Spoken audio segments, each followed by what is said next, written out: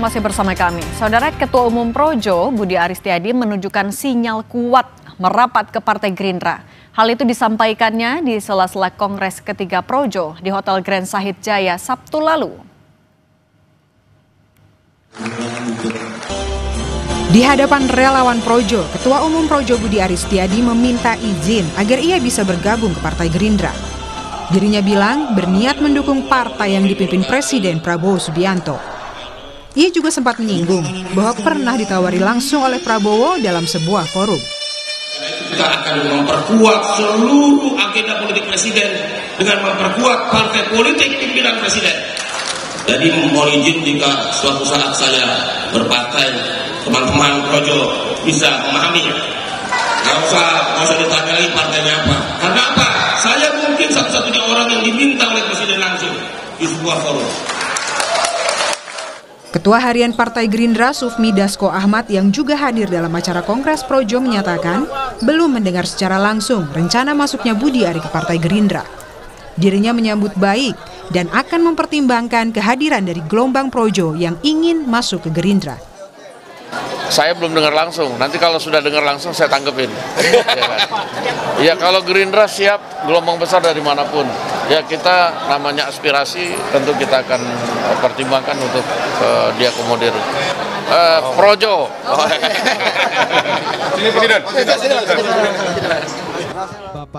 Isyarat bergabungnya Budi Ari ke Partai Gerindra sebenarnya pernah muncul beberapa waktu lalu. Dalam Kongres Partai Solidaritas Indonesia di Solo pada Juli lalu, Prabowo sempat menggoda Budi Ari yang saat itu masih menjabat sebagai Menteri Koperasi.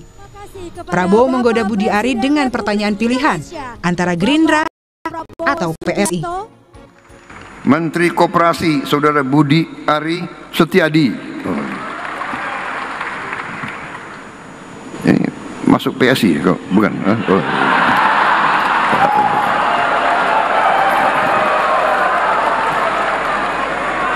PSI atau Gerindra kok?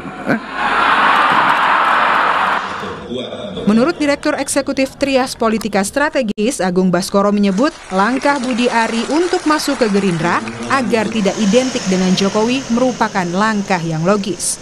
Ia menilai jika Projo membutuhkan backup politik baru, usai Jokowi tak lagi menjabat.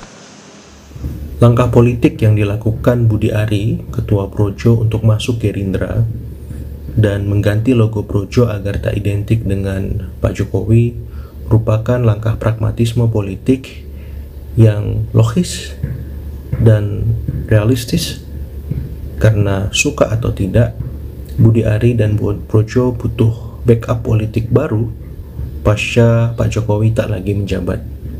Apalagi serangan demi serangan yang dihadapi Projo sebagai benteng utama Pak Jokowi dan keluarga Solo tak berbuah insentif politik yang maksimal.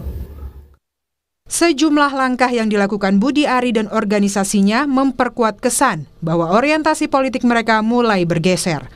Apakah labuhan hati Budi Ari serta Projo akan menetap di lingkar Jokowi atau justru bergeser ke Prabowo Subianto? Tim Liputan Kompas TV.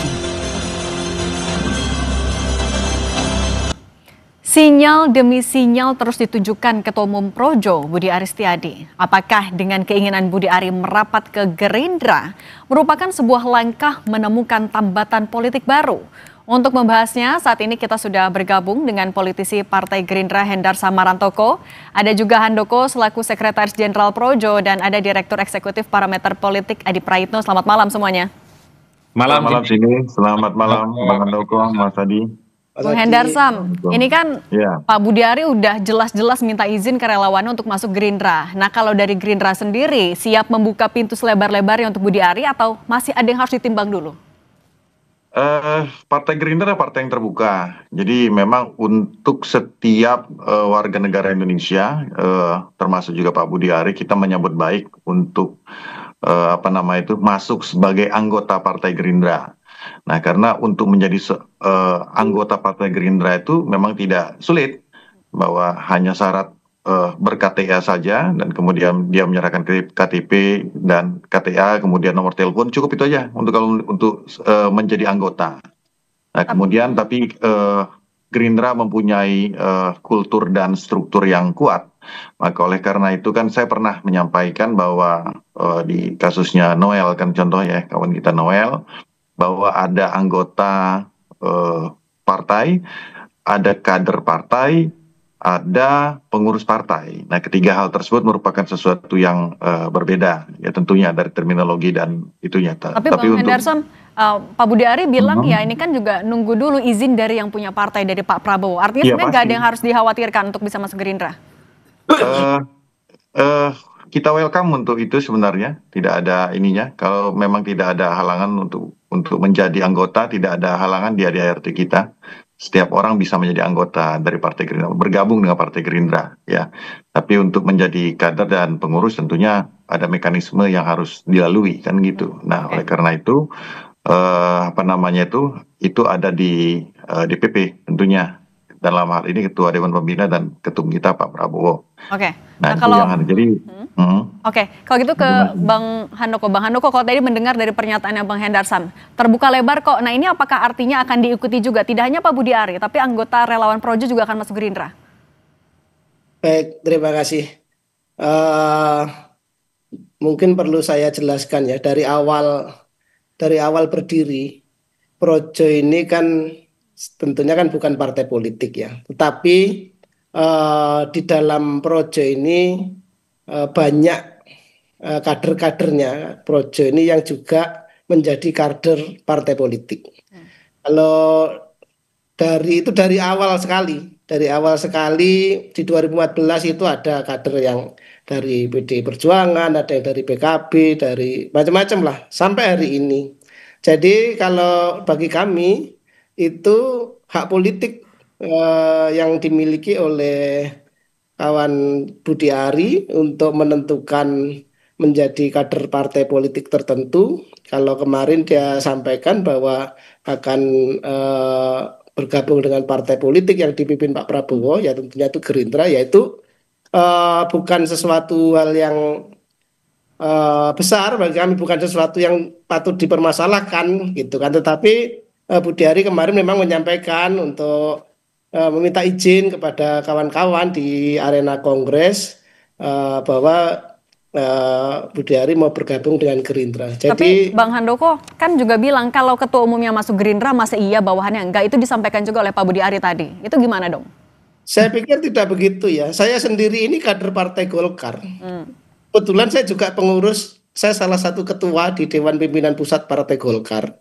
Jadi itu biasa saja, tetapi kita lihat nanti perkembangannya, karena bagi kami Projo ini dalam ADART yang kita sepakati dulu itu kita memang tidak menjadi underbow dari salah satu partai, ya kan. Jadi tetapi kami terbuka saja dengan siapapun yang menjadi kader partai, tetapi kemudian mempunyai ideologi yang sama, cita-cita yang sama tentang rakyatan gitu, tentang Indonesia ya. Kemudian kita bergabung di di partai politik ya.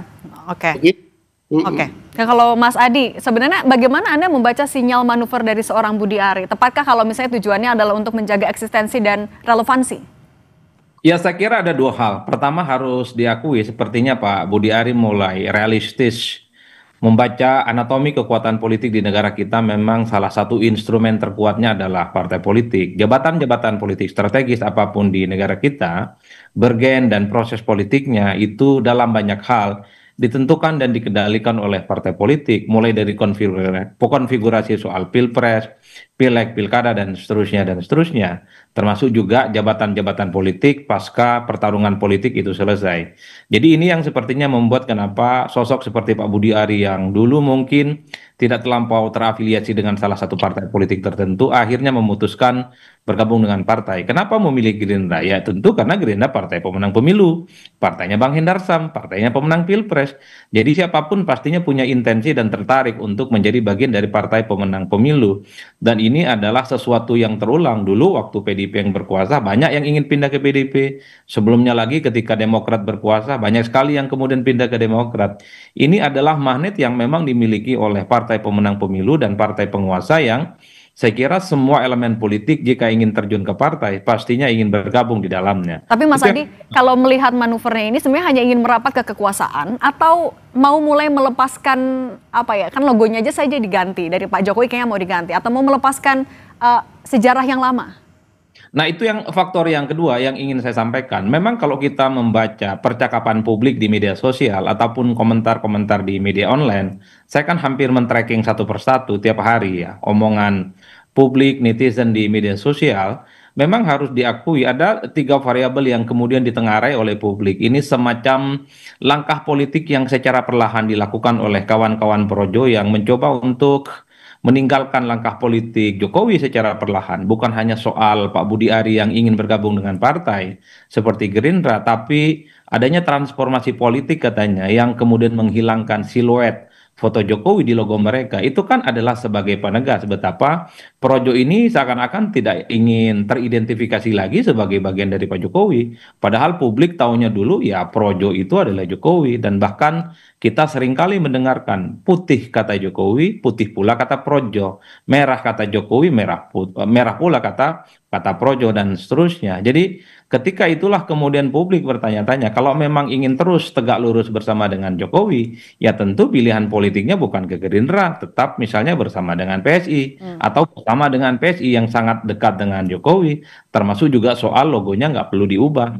Bahkan kita mendengarkan hari ini satu pernyataan yang semakin eksplisit bagaimana Projo itu seakan-akan semakin menghilangkan bagaimana jejak politik Jokowi di relawan politik ini. Ketika nama Projo itu tidak lagi dikaitkan dengan pro Jokowi, tapi katanya didasarkan atas bahasa Sanskerta, berbahasa negeri ataupun rakyat dan seterusnya. 3 variabel inilah yang kemudian per hari ini Cindy yang kemudian dikonklusikan oleh publik bahwa Projo di kongresnya yang ketiga secara perlahan memang ya meninggalkan langkah politik Pak Jokowi, di mana sudah mulai ada diferensiasi dari Pak Jokowi pindah ke haluan yang saat ini sedang berkuasa. Nah tapi artinya juga seberapa kuat Projo dan juga seorang Budi Ari akan memperkuat orientasi politik, seberapa kuat akan mendukung Gerindra. Tapi jangan dijawab dulu, Bapak-Bapak semua, nanti kita akan kembali lagi, tetap bersama kami di Sapa Indonesia Malam.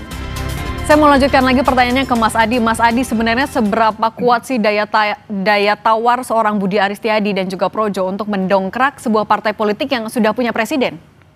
Ya, saya kira memang dalam konteks demokrasi elektoral secara langsung, di mana pilpres, pileg ataupun pilkada dipilih one man one vote, saya kira kekuatan politik apapun menjadi penting, Cindy, karena yang menjadi salah satu kekuatan politik mereka adalah elemen-elemen yang terakumulasi sebagai kekuatan politik mereka. Sekalipun misalnya tidak terlampau terdeteksi secara rigid sejauh mana kekuatan politik relawan seperti Projo, tapi dalam banyak hal, apa yang mereka lakukan dalam banyak hal tentu dianggap sebagai bagian dari untuk menganyam sesuatu yang tidak pernah dilakukan oleh partai politik. Karena kalau kita melakukan kerja-kerja politik yang dilakukan oleh partai, misalnya kita cek satu persatu, ada misalnya basis konstituen, termasuk juga soal isu-isu politik yang tidak tergarap secara signifikan, baik oleh partai ataupun bagian dari yang dilakukan oleh kekuasaan hari ini. Karenanya posisi relawan menjadi penting dalam konteks itu. Karena pemilihan secara politik di Indonesia melibatkan orang per orang secara langsung.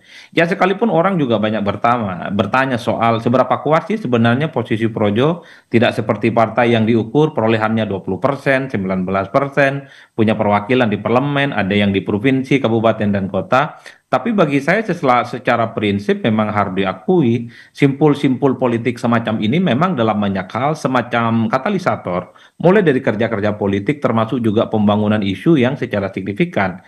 Betul bahwa hari ini memang Gerindra itu punya sosok yang cukup powerful, the one and only Pak Prabowo Subianto, tapi tentu pada saat yang bersamaan jika ada kelompok dan relawan politik tertentu menjadi bagian di dalamnya, tentu akan semakin membuat betapa partai ini akan begitu banyak mendapatkan dari dukungan-dukungan dari elemen politik yang lain. Jadi itulah yang saya sebut sekecil apapun dalam konteks demokrasi elektoral langsung, pastinya itu sangat signifikan, terutama untuk menunjukkan betapa ada bertambahnya kekuatan politik yang sudah mulai tumbuh di berbagai tempat. Oke, nah kalau dari Bang Hendar sama Projo kan sejauh ini selalu identik dengan relawannya Pak Jokowi. Ketika identitas itu masih melekat sampai saat ini akan jadi nilai plus atau akan jadi akan malah jadi beban juga untuk Gerindra sebenarnya? Saya nggak bisa menilai hal tersebut ya, karena kapasitas saya tidak untuk menilai apakah secara elektoral atau secara pragmatis ini bisa mendongkrak atau mendowngrade suara.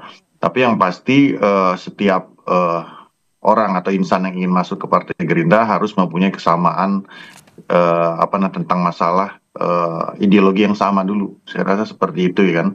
Nilai-nilai perjuangan yang sama dengan kita, kemudian baru bisa ngeblend tuh ya kan.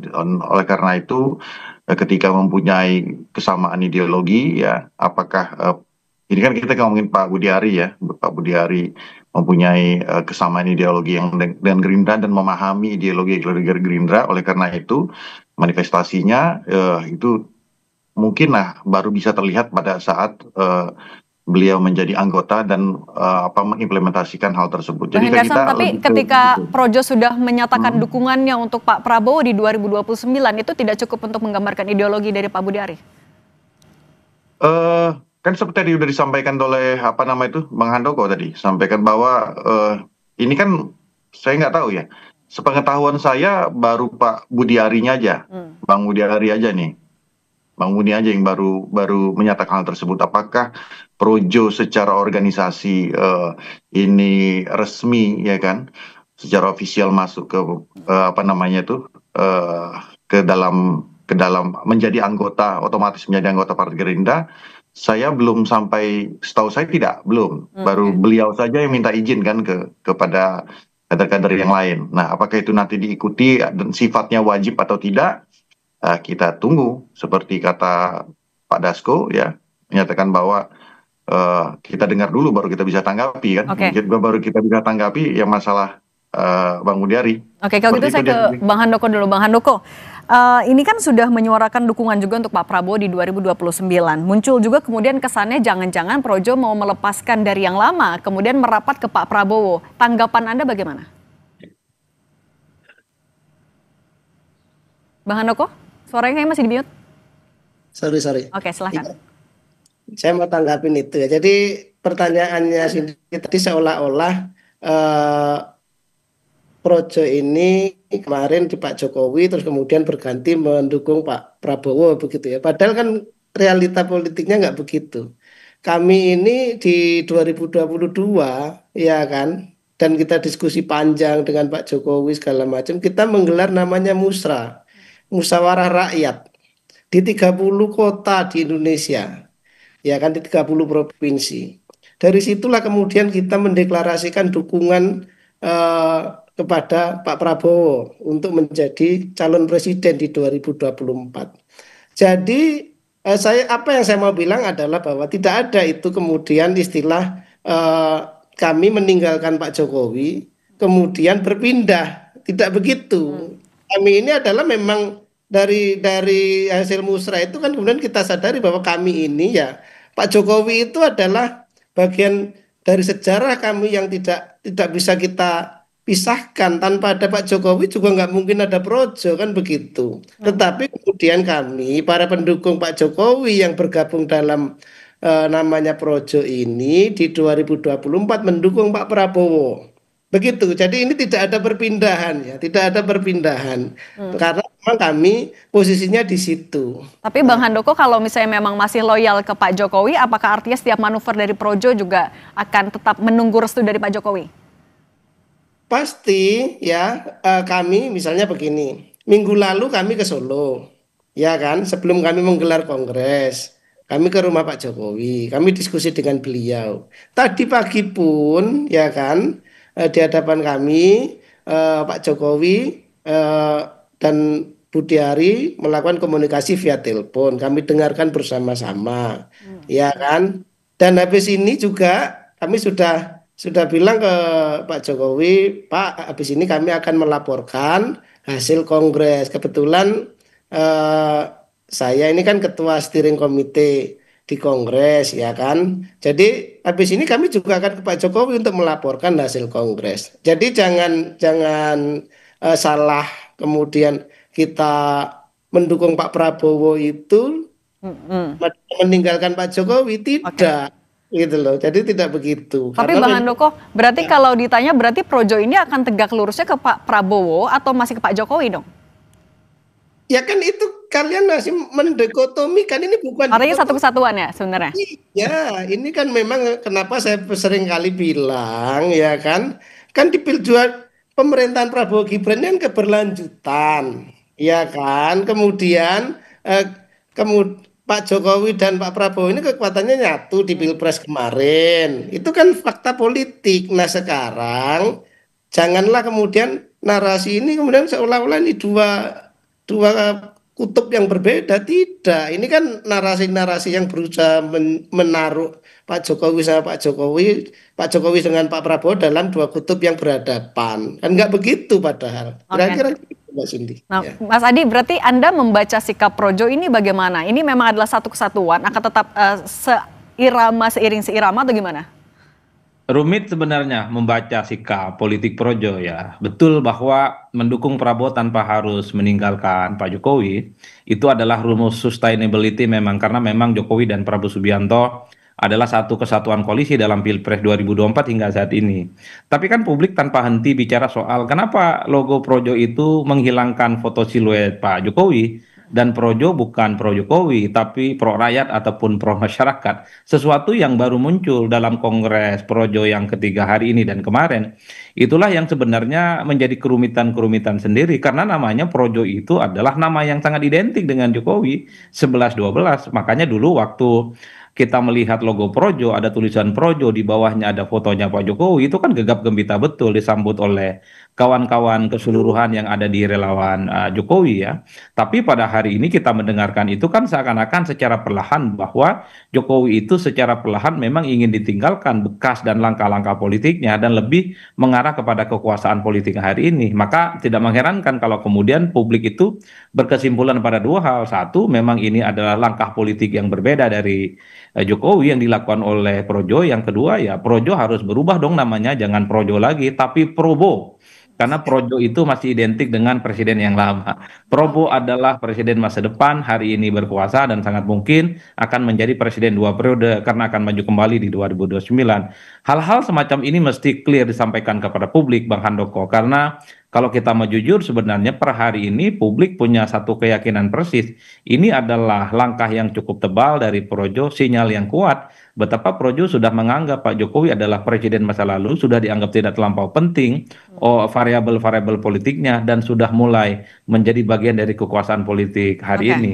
Kok hanya ingin menegaskan bahwa Projo mendukung penuh kekuatan politik, agenda-agenda politik Pak Prabowo, saya kira ini sudah tergambar kok dalam Pilpres 2024 yang lalu, karena Projo memang Prabowo dan Gibran. Dan kita juga tahu Pak Budi Ari adalah bagian dari salah satu menteri yang dulunya menjadi menteri koperasi sekalipun kemarin itu sempat direshuffle. Jadi begitu, ini hanyalah semacam argumen untuk menutupi bagaimana Projo itu tidak dituduh meninggalkan Pak Jokowi dan lebih memilih kekuasaan hari ini. Oke, manuvernya juga masih kita nantikan nanti Bang Handoko. Terima kasih Bang Hendar Samarantoko, Bang Handoko dan juga Mas Adi Prayitno sudah berbagi bersama kami di Sapa Indonesia Malam. Sehat selalu semuanya.